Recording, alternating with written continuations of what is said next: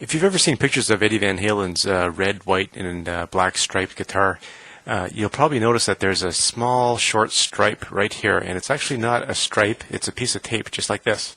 And what he does is he lines it up with his jack, so it makes putting your jack in easy, because you just look down, and you know exactly where it is. There's no fumbling, no doing this, and no dicking around.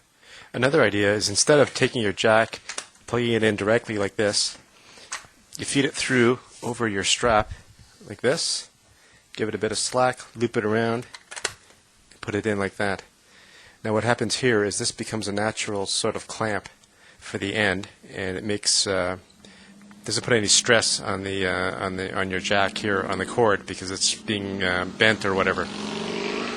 Now some people don't like this because they say if you step on the cord accidentally, you can rip the whole guitar out of your hand. I don't really think that could ever really happen.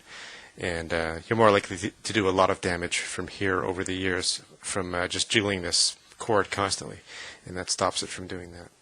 To keep your strings nice and smooth and clean from your sweat, forget about all those expensive guitar products. Go out and buy yourself some 4-0 steel wool, 0000, very light.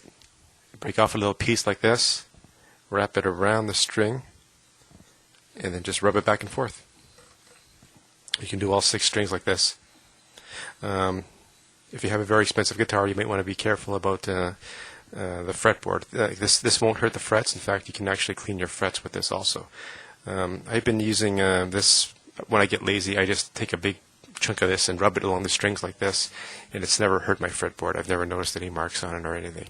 It's quite safe, actually. The only problem is, of course, this being metal, it will be attracted to the magnets on your pickups. So if you want, maybe you can take a little piece of paper and just stick it underneath when you're cleaning the strings. That way it won't stick to your pickups. If you're stuck somewhere and you don't have steel wool, or you're too cheap to buy steel wool, you can actually just use a piece of paper.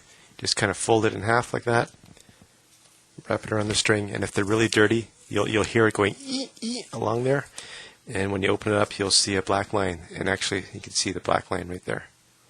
So there's still a little bit of stuff left on the string. Actually, this paper is actually very good for cleaning strings like that. If you have a small combo amp like this and you sit fairly close to it, you're actually not getting a full projection from the speaker, because speakers tend to project their sound over a very narrow range. So you might want to try just taking something sturdy, sticking it underneath, and just propping it up a bit, a couple of inches, and you'd be surprised how much that improves the sound. There's a Van Halen song called "Somebody Get Me a Doctor," and near the end he makes this sound, and I was never able to figure out how he did it until I saw the concert footage of Live Without a Net. And it turns out all he's doing, it's actually pretty simple, is he's doing pull-offs. These sound best on the 4th or the 3rd string. So you just 4th fret, 2nd fret is what I do.